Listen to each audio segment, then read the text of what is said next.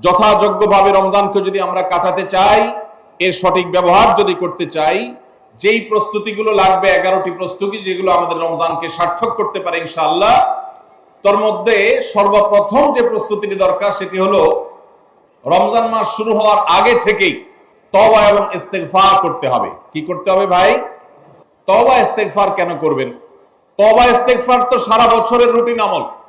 রমাদানকে কেন্দ্র করে রমজান মাসকে যদি আপনি সঠিকভাবে ব্যবহার করতে চান, তাহলে কেন আপনাকে তওবা ইস্তেগফার করতে হবে? কারণ হলো তওবা এবং ইস্তেগফার এর মাধ্যমে আমরা আল্লাহর রহমতের উপযুক্ত হব। আমাদের নানা নাফরমানের কারণে আল্লাহর রহমত থেকে আমরা দূরে সরে গেছি। লানত অর্থাৎ রহমত থেকে দূরে সরে যাওয়া, এটার উপযুক্ত হয়ে গেছি অনেকে।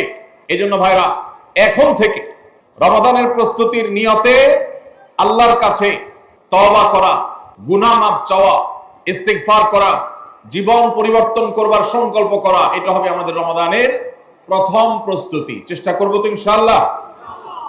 প্রতিদিন যখনই তৌফিক হয় আল্লাহর সাথে একটু কথা বলবেন, আল্লাহ আমার সমস্ত গুনাহগুলো মাফ করে দিন, আমার নাফরমানি মাফ করে দিন, আমাকে আপনি ক্ষমা করে দিন।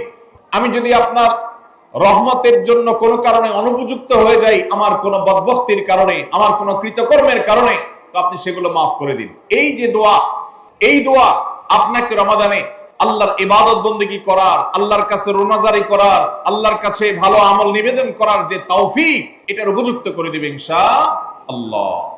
তাহলে রমাদানের প্রস্তুতির প্রথমটি আমরা পেয়ে গেলাম, সেটা হলো আগের গুনাহ খাতাগুলো থেকে ইস্তেগফার করা, তওবা করা, ফিরে আসা। এর মধ্য দিয়ে রমাদানে ইবাদতের জন্য নিজেকে প্রস্তুত করব ইনশাআল্লাহ। চেষ্টা করা যাবে না ইনশাআল্লাহ। দ্বিতীয় প্রস্তুতি হলো রমাদান মাসে কোরআন এবং হাদিস সম্পর্কে যাদের মৌলিক ধারণা আছে, হাদিসে রাসূল সম্পর্কে যাদের একটু ঘাটাঘাটিও আছে, তারা জানেন 2-3টা আমল সম্পর্কে কোরআন এবং সুন্নাহর সবচেয়ে বেশি সংখ্যক ভাষ্য বর্ণিত হয়েছে। সবচেয়ে বেশি সংখ্যক, এত ফজিলতের, এত তাৎপর্যের, এত মর্যাদার হাদিস আর অন্য আমল সম্পর্কে সাধারণত দেখা যায় না। সেই কয়েকটি আমল যেগুলোর ফজিলত বিপুল পরিমাণ, যেগুলোর ফজিলত সম্পর্কিত হাদিসের সংখ্যা অনেক, সেই রকম আমলগুলোর মধ্যে থেকে অন্যতম আমল হলো এই রমাদান কেন্দ্রিক আমল, সিয়াম, রোজা, এগুলোর ফজিলত। তো আমাদের রমাদান কেন্দ্রিক প্রস্তুতি হিসাবে দ্বিতীয়ত যে কাজটি আমরা করতে পারি সেটি হলো এখন থেকেই রমাদান মাসের কি কি ফজিলত আছে, সিয়াম সাধনার কি কি ফজিলত আছে, রমাদানের কি কি আমল আছে, বিশেষ করে ফজিলত এবং মর্যাদার কথাগুলো আলোচনা শুরু করা। এখন থেকে বাসা বাড়িতে গোল হয়ে কোন নির্দিষ্ট বইকে কেন্দ্র করে পাঠচক্র হতে পারে, গ্রুপ স্টাডি হতে পারে, পর্যালোচনা হতে পারে যে রমাদান মাসের কি কি মাহাত্ম্য আছে, এক একজন এক একটা বললেন। এই আলোচনা পর্যালোচনার মধ্য দিয়ে মনোজগতে রমাদানের জন্য এক ধরনের প্রস্তুতি, এক ধরনের আবহ তৈরি হবে ইনশাআল্লাহ। এজন্য দ্বিতীয় প্রস্তুতি হিসাবে আমরা এই কাজটি ইনশাআল্লাহ করব, সেটা হলো রমজানের ফজিলত, রমজানের মর্যাদা, সিয়ামের ফজিলত, অন্যান্য আমলের উপকারিতা, সেগুলো নিয়ে আমরা বেশি বেশি পর্যালোচনা করব। যত বেশি আপনি আগে থেকে পর্যালোচনা করবেন, রমাদানের প্রতি আপনার তৃষ্ণা, সিয়াম সাধনার প্রতি আপনার ভেতরে আকাঙ্ক্ষা, প্রত্যাশা এবং প্রতীক্ষা, এটা আপনার মধ্যে বাড়তে থাকবে এবং রমাদানের প্রতিটা মিনিটকে কাজে লাগাবার জন্য তাগাদা আপনার ভিতরে অনুভব হবে ইনশাআল্লাহ। তৃতীয় প্রস্তুতি হলো আমাদেরকে প্রতিজ্ঞা করতে হবে এই রমাদানে আমরা নেকামল করবই করব এবং কোন আমল, কোন ভালো কাজ, কোন সুন্নাহ, এটা করার ব্যাপারে কোন প্রকার অলসতা করব না। কারণ ভাইরা আমার, রমজান মাস পেয়েও যদি আল্লাহর কাছে কেউ ক্ষমা না পায়, একটা প্রসিদ্ধ হাদিস আপনারা সবাই কম বেশি শুনেছেন যে নবী সাল্লাল্লাহু আলাইহি ওয়াসাল্লামের কাছে জিবরিল এসেছে, এসে বলেছেন বাউদা মান আদরাকা রমাদান ফালাম ইগফার লাহ, যে ব্যক্তি রমজান পেয়েছে অথচ রমজানের এই বিশাল সুবর্ণ সুযোগকে কাজে লাগিয়ে সে তার জীবনের সব গুনাহগুলো মাফ করাইতে পারে নাই, সে আল্লাহর কাছ থেকে মাগফিরাত আদায় করে নিতে পারে নাই, সে জাহান্নাম থেকে মুক্ত এই ঘোষণা সে আদায় করতে পারে নাই, অথচ সে রমজান মাস পেয়েছে, এর চাইতে হতভাগা আর কে হতে পারে? তার সে ধ্বংস হোক, এই বদদুআয় নবী সাল্লাল্লাহু আলাইহি সাল্লাম আমিন বলে সমর্থন জানিয়েছেন, সায় দিয়েছেন। এজন্য ভাইরা, রমজান মাস এসেছে কিন্তু আমল ইবাদত হয় নাই, রমজান মাস এসেছে আবার চলে গেছে কিন্তু আমার গুনাহ আল্লাহর কাছ থেকে মাফ করাতে পেরেছি বলে আমার বুক সাড়া দেয় না। তাহলে এর চেয়ে বড় হতভাগা, এর চেয়ে বড় কপাল পড়ার কেউ হতে পারে না। রমজানের আমল ইবাদত, রমজানের নেক আমল, রমজানের দোয়া, রমজান মাসের চোখের পানি ফেলা, এটা ভাইরা শুধুমাত্র নিজের প্রেরণার জায়গা থেকে শুধুমাত্র সব আহরণের জন্যই নয়। এটা যদি না করি তাহলে জিবরিলের বদদোয়া, নবীজি সাল্লাল্লাহু আলাইহি সাল্লামের বদদোয়া, আল্লাহর পক্ষ থেকে ধ্বংস হওয়ার পরোয়ানা, এগুলো অনিবার্য হয়ে যাবে। এই কথা চিন্তা করে এখন থেকে রমাদান কেন্দ্রিক প্রস্তুতির অংশ হিসাবে আমাদেরকে প্রতিজ্ঞা করতে হবে, এইবারের রমাদানের প্রতিটা দিন আমি আল্লাহর কাছে চোখের পানি ফেলে একটা নির্দিষ্ট সময় কান্নাকাটি করব, আমার গুনাহ খাতাগুলোকে মাফ করাবো। জাহান্নামীদের তালিকা আমার নাম যদি কোনো কারণে যেয়ে থাকে, আমি এমন ভাবে রোনাজারি করব, এমন ভাবে ইস্তেগফার করব, এমন ভাবে চোখের পানি ফেলবো, একান্তে নীরবে আল্লাহর সাথে কথা বলবো, যেন আমার সমস্ত গুনাহগুলো মাফ হয়, জাহান্নামীদের তালিকা থেকে যেন আমার নাম কেটে যায়। এর জন্য ভাইরা এখন থেকে প্রতিজ্ঞাটা করতে হবে। প্রস্তুতি হলো, কাজ হবে রমজানে, কিন্তু প্রতিজ্ঞা হবে এখন থেকে যে আমি কোনোভাবে এইবারের রমজানের সুযোগ আর হাতছাড়া করব না ইনশাআল্লাহ। তাহলে 3 নম্বর হলো যে রমজান কেন্দ্রিক সমস্ত আমলগুলো করব, আল্লাহর কাছে তওবা ইস্তেগফার করে নিজের গুনাহগুলোকে মাফ করায়া ছাড়বো, জাহান্নাম থেকে মুক্তি তথা নাজাত এটা নিজের করে নেব। এই মর্মে প্রতিজ্ঞাটা এখন থেকে, যেই কয়দিন রমজান আসতে সময় আছে, প্রতিদিন আমাকে নবায়ন করতে হবে। প্রতিজ্ঞা আজকেরটা যেভাবে হবে, কালকেরটা আরো স্ট্রং হবে, তারপরের দিন আরো স্ট্রং হবে। প্রতিদিন আমি স্বপ্ন লালন করব কবে রমাদান শুরু হবে, আর আমি আল্লাহ রাব্বুল আলামিনের কাছে রমাদানের এই সমস্ত ইস্তেগফার, তওবা, আমল এগুলোকে নিবেদন করতে থাকবো। চেষ্টা করা যাবে না ইনশাআল্লাহ। 4 নম্বর যে প্রস্তুতিটা আমাদের নিতে হবে সেটা হলো, যদি আগের রমজানের কোনো রোজা কারোর কাজা থাকে, এই রমজান আসার আগে আগে শাবান মাসের মধ্যেই সেই কাজাগুলো আদায় করে ফেলা উচিত। আম্মা জান আয়েশা রাদিয়াল্লাহু তাআলা আনহা বলেছেন, নারী হিসাবে রমাদান মাসে যে কয়েকটা রোজা ভাঙতি পড়ে, নবীজি সাল্লাল্লাহু আলাইহি সাল্লাম রমাদান পরে পুরো সময়টা তার কাছে থাকার কারণে তিনি সেই রোজাগুলো রাখার সুযোগ সেভাবে পেতেন না। স্বামীর হকের কথা মাথায় রেখে রোজাগুলো রাখতেন না। এবং শাবান মাস আসলে নবীজি সাল্লাল্লাহু আলাইহি সাল্লাম নিজেও বেশি বেশি নফল রোজা রাখতেন। মা আয়েশা রাদিয়াল্লাহু তাআলা আনহা বলেছেন যে তিনিও তার রমজানের বাকি রোজা যেগুলো ছিল ভাঙতি রোজা, সেগুলো তিনি রেখে ফেলতেন। এই হাদিস থেকে বোঝা যায় রমজানের রোজা যদি কারোর কাজা হয়, পুরুষদের অসুস্থতার কারণে হতে পারে, মা বোনদের মাসিকার কারণে হতে পারে, তাহলে সেই রোজা যত দ্রুত সম্ভব আমরা কাজা করে ফেলবো। এবং সেই কাজা করতে যদি কোনো কারণে, যৌক্তিক কারণে বা যে কোনো কারণে যদি বিলম্ব হয়, তাহলে এই বছরের আসন্ন রমাদানের প্রস্তুতির অংশ হিসাবে আগের রমজানের কোনো ভাঙতি রোজা থাকলে সেগুলো সব রেখে কাজা করে সম্পূর্ণভাবে এই রোজার জন্য প্রস্তুত হবে। এটা হলো 4 নম্বর প্রস্তুতি। 5 নম্বরের রমজানের প্রস্তুতি হলো, আল্লাহ রাব্বুল আলামিনের কিছু সাধারণ ক্ষমা আছে, কমন ক্ষমা, গণহারে মাফ। আল্লাহ তাআলার এই যে সাধারণ ক্ষমা, গণহারে মাফ, এই গণক্ষমার উপযুক্ততা নষ্ট করে দেয় দুটি জিনিস। তার একটি হলো শিরক, আরেকটি হলো হাসাদ। একটা হলো হিংসা, আরেকটা হলো শিরক। নবী করিম সাল্লাল্লাহু আলাইহি ওয়াসাল্লাম বিভিন্ন হাদিস থেকে আমরা জানি, তিনি বলেছেন আল্লাহ রাব্বুল আলামিন বিশেষ করে লাইলাতুন নিসফি মিন শাবানে যখন মানুষকে গণহারে ক্ষমা করেন, তখন 2 শ্রেণীর মানুষকে আল্লাহ তাআলা মাফ করেন না, ইল্লা লিল মুশরিকিন ও মুশাহিন। তবে যদি মুশরিক আর মুশাহিন থাকে, শত্রুতা করে, হিংসা করে অন্যের প্রতি, এইরকম মানুষ যদি থাকে, তাদেরকে আল্লাহ তাআলা সাধারণ ক্ষমা আওতায় আনেন না। রমাদানে আল্লাহ তাআলা প্রতিদিন বহু মানুষকে সাধারণ ক্ষমা করেন। রমজান যখন কাছে আসে, সে দশক আসে, তখন সাধারণ ক্ষমার পরিমাণ বেড়ে যায়। নবী সাল্লাল্লাহু আলাইহি সাল্লাম বলেছেন, ওয়ালিল্লাহি উতাকাউ মিনান নার ওয়া যালিকা ফি কুল্লি লাইলা। রমজানের প্রত্যেক রাতে বহু মানুষকে আল্লাহ তাআলা জাহান্নাম থেকে মুক্ত ঘোষণা দিয়ে দেন। অমুক জাহান্নাম থেকে মুক্ত, অমুকের ছেলে অমুক জাহান্নাম থেকে মুক্ত, অমুকের ছেলে অমুক, তার নাম জাহান্নামের তালিকা থেকে কাটা, জান্নাতের তালিকা চলে আসবে। অসংখ্য মানুষকে এভাবে এই সুযোগ আল্লাহ তাআলা দান করেন। যারা শিরকে লিপ্ত, সেটা যেই কোনো ধরনের শিরক হোক, কবরকে যারা সিজদা করে, মাজারকে যারা পুজো করে, জীবিত মৃত মানুষকে যারা সিজদা করে, কবরে যারা প্রার্থনা করে, সেখানে যারা সন্তান চায়, ব্যবসার উন্নতি চায়, যত প্রকার শিরক আছে কবর কেন্দ্রিক এগুলাতে লিপ্ত হয়, অথবা এর বাইরে আরো যত রকমের শিরক গোটা দুনিয়াতে আছে, কোন প্রকার শিরকে যখন মানুষ লিপ্ত হয়, তখন এই ব্যক্তি আল্লাহ তাআলার সাধারণ ক্ষমার উপযুক্ত আর থাকে না। এই জন্য ভাইরা, রমজানের প্রস্তুতির অংশ হিসাবে 5 নম্বরের যে প্রস্তুতি আমরা গ্রহণ করব সেটা হলো, আল্লাহ তাআলা যেহেতু রমজানে অনেককেই সাধারণ ক্ষমা করবে, আমি যেন সেই সাধারণ ক্ষমা প্রাপ্ত সৌভাগ্য মানুষদের তালিকায় ঢুকতে পারি, সেজন্য আমার অন্তর থেকে হিংসাকে ধুয়ে মুছে সাফ করে ফেলতে হবে। কোন মুসলমানের কল্যাণ দেখে আমার কষ্ট হবে না, কারোর ভালো দেখে আমার ভেতরে জ্বালা পড়া হবে না। পারলে তার জন্য আরো বেশি দোয়া করব, যে কারো ভালো হোক আমি আরো ভালো চাইবো, কারোর কোনো ক্ষতি আমি চাইবো না। এই কল্যাণ কামিতাই হলো দিন। আদ-দীনু আন-নাসীহা। কিলা লিমান ইয়া রাসূলুল্লাহ? ক্বালা লিল্লাহি ওয়া লিরাসূলি ওয়া লিআম্মাতিল মুসলিমিনা ওয়া আইম্মাতিহিম। নবী সাল্লাল্লাহু আলাইহি সাল্লাম বলেছেন, ধার্মিকতা, দিনদারিতা কিসের নাম? ধার্মিকতা হলো কল্যাণ কামিতার নাম। আল্লাহ রাব্বুল আলামিনের আদেশ নিষেধ মেনে চলা, নবী সাল্লাল্লাহু আলাইহি সাল্লামের আদেশ নিষেধ মেনে চলা, এটাই হলো তাদের জন্য কল্যাণ কামিতা। আর সকল স্তরের সাধারণ মানুষের কল্যাণ চাওয়া, কারোর ক্ষতি না চাওয়া, এটাই হলো দিনদারিতা। যে ব্যক্তি কারোর ক্ষতি চায়, যে মুসলমান আরেক মুসলমানের ভালো দেখলে তার ভেতরে জ্বালা পোড়া করে, অস্থিরতা আসে, সে ভালো মুসলমান না, সে হিংসুক, তার ভিতরে কবিরা গুনাহ আছে।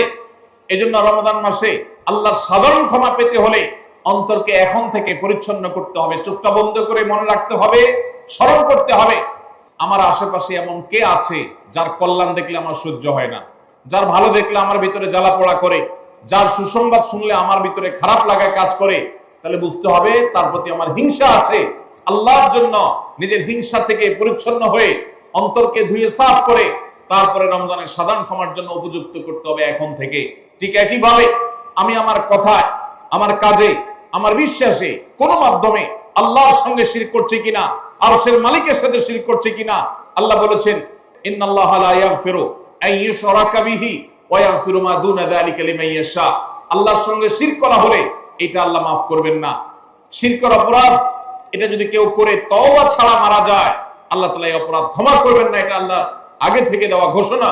কোরআনে আল্লাহ আরো বলেছেন, লোকমান হাকিমের উদ্ধৃতি দিয়ে, ইন্নাশ শিরকা লা যুলমুন আযীম, তিনি তার সন্তানকে উপদেশ দিতে গিয়ে বলেছিলেন যে ইন্নাশ শিরকা লা যুলমুন আযীম, শিরক সবচেয়ে বড় অপরাধ। এজন্য ভাইরা, শিরক থেকে পরিচ্ছন্ন না থাকলে রমাদানের কোন ইবাদত, কোন আমল আমাদের কাজে আসবে না। এজন্য রমজানের প্রস্তুতি হিসেবে শিরক এবং হিংসা থেকে অন্তরকে পরিচ্ছন্ন করা, পবিত্র করা, এটা হলো আমাদের পঞ্চম প্রস্তুতি। নাম্বার 6, বিগত রমজান যেগুলো আমাদের জীবনে এসেছে, সেই সমস্ত রমাদানে কেন আমার আমল ইবাদত হয় নাই? রমজান আসার আগে নিয়ত করছি কোরআনটা খতম দিব, কিন্তু দিতে পারি নাই। রমজান আসার আগে নিয়ত করেছিলাম এই বছর একটা তারাবিও মিস করব না, কিন্তু অনেকগুলো মিস হয়ে গেছে। রমজান আসার আগে নিয়ত করেছিলাম এই বছর রমজান থেকে ধূমপান করা ছেড়ে দিব, কিন্তু অনেকে ছাড়তে পারেন নাই। রমজান আসার আগে নিয়ত ছিল এই বছর রমজানে একটা খারাপ জিনিসও মোবাইলে, টিভিতে দেখব না, কিন্তু সেই প্রতিশ্রুতি রাখতে পারি নাই। কেন পারি নাই? বিগত রমজানের সমস্ত আমলনামা নিয়ে বসতে হবে এখন থেকে, শাবান থেকে, আজকে থেকেই, যে আমার গত রমজানে আমল ইবাদতের ক্ষেত্রে প্রতিবন্ধকতা, বাধাগুলো কি কি ছিল, একটা একটা করে সম্ভব হলে লিখে ফেলবেন। নাম্বার 1, আমি তারাবিটা নিয়মিত পড়তে পারি নাই, কারণ অমুক অমুক বন্ধুর সাথে আড্ডায় যেতে হয়েছে, তাহলে এটা আমার একটা বাধা। আমি হারাম জিনিস থেকে বেঁচে থাকবো, কিন্তু পারি নাই, কেন?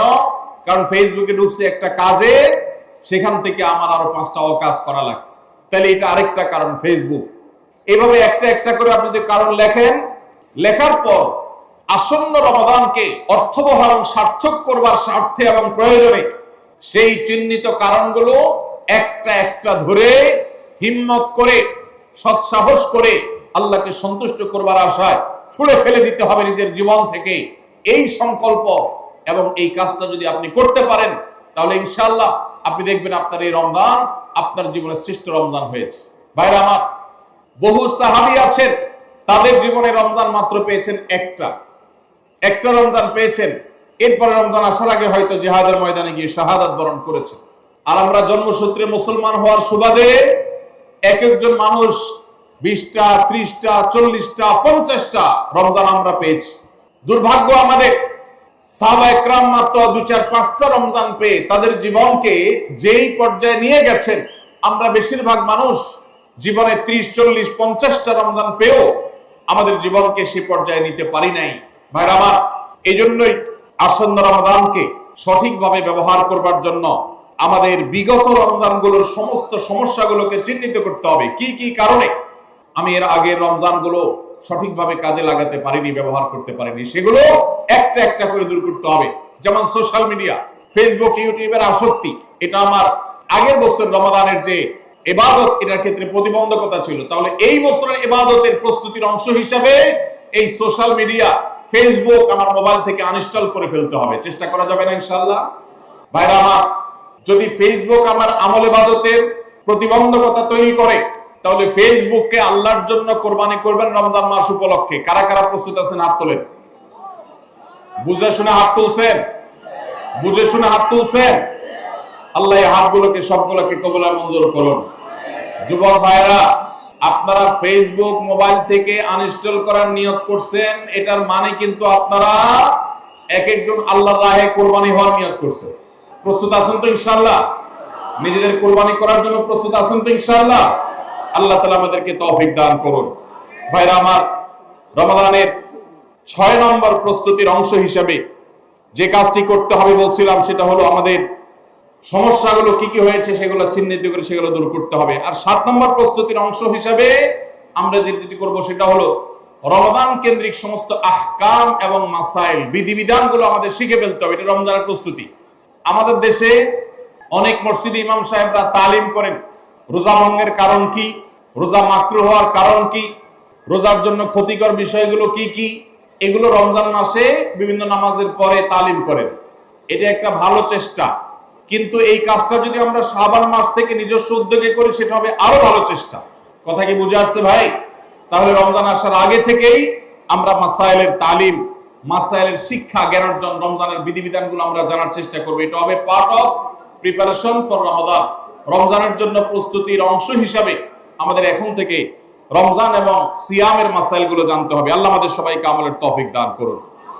8 নম্বর হলো রমজানে যে আমলগুলো করবেন এখন থেকে সেগুলোর ওয়ার্ম আপ এবং রিহার্সেল শুরু করে দিবেন, প্রস্তুতি শুরু করে দিবেন, চর্চা শুরু করে দিবেন। কারণ মানুষ দাঁড়ানো অবস্থায় হঠাৎ করে জোরে দৌড় দিতে পারে না। একটা গাড়ি সেটা দাঁড়ানো অবস্থায় হঠাৎ করে 100, 150, 110, 20 গতিতে চলতে পারে না। প্রথম 10, 20 হয়, এরপরে 40, 60 হয়, এরপর আস্তে আস্তে 100 বা 110, 20 হয়। এই জন্য রমজান মাসে যদি আপনি বিপুল পরিমাণ ইবাদত করতে চান, অনেকে আছেন অপেক্ষা থাকেন রমজানের চাঁদ উঠলে সব শুরু করব। এদের দ্বারা জীবনে কিছুই হয় না। যারা আসলেই রমজানে কিছু করতে চায় তারা এখন থেকে শুরু করবে। রমজানে আমরা রোজা রাখবো, নবী সাল্লাল্লাহু আলাইহি সাল্লাম শাবান থেকে নফল রোজা রাখার অভ্যাস শুরু করতেন। রমজানে আমরা দোয়া করব, এখন থেকে দোয়া রিহার্সাল শুরু করা, প্রস্তুতি শুরু করা। যে কোনো গুরুত্বপূর্ণ কাজের আগে মহড়া শুরু হয়, তারপরে মূল কাজ শুরু হয়।